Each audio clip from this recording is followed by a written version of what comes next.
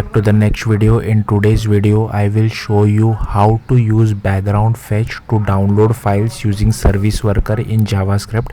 So here you can see I have registered a service worker, and here I have one button, register a fetch, and when I click on that button, it will download some files. Now it will download the files, but they are stored in the app, and it is the service worker's job to do whatever it wants with the files. They won't be saved to the device like the user's file system or the laptops or the PC's file system. They will still be part of your web app itself. Okay, so be careful with that. So once I click on this, do concentrate over here. It will like I have some cache, like I am trying to download files which are already present in my project. That's why it would be very quick. So suppose if I click on this button, do concentrate over here. So if you see, it is trying to download some files, and it has downloaded those files. So yeah, let's see how. Again, those are not present inside your file system. Now it is the service worker's job to download the file to file system or do whatever it wants to. So yeah, let's get started. So firstly, go to index.html. I have added a simple button. I have also added a script for my background.js file. Okay, and if you see inside my background.js, I have just added a click listener to our button. Now here you can see I'm again checking whether the service worker is ready or not.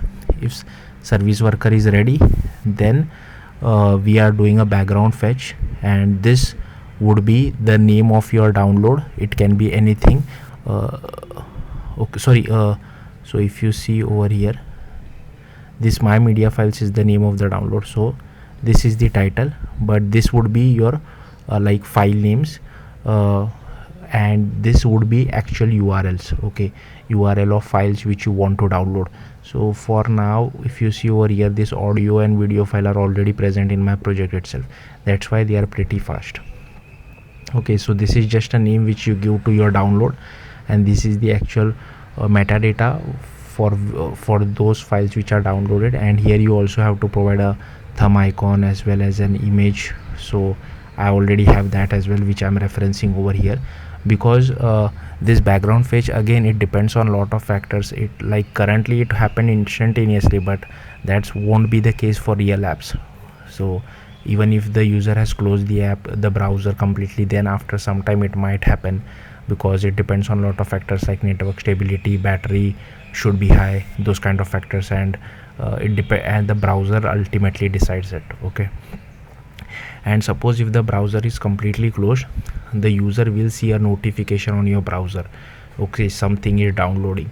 Now the callback will go to your service worker. So if the background fetch or the files are downloaded successfully, also there is one more thing. So here you get a variable.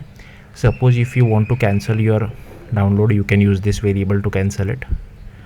Now back to the service worker. So also in background.js I have registered this service worker. Okay, and if you see on background fetch, like again it is files are saved in app and not on file system, and service worker can do whatever they want with the file. Also, if the browser is closed, the OS will display a notification that something is been downloaded.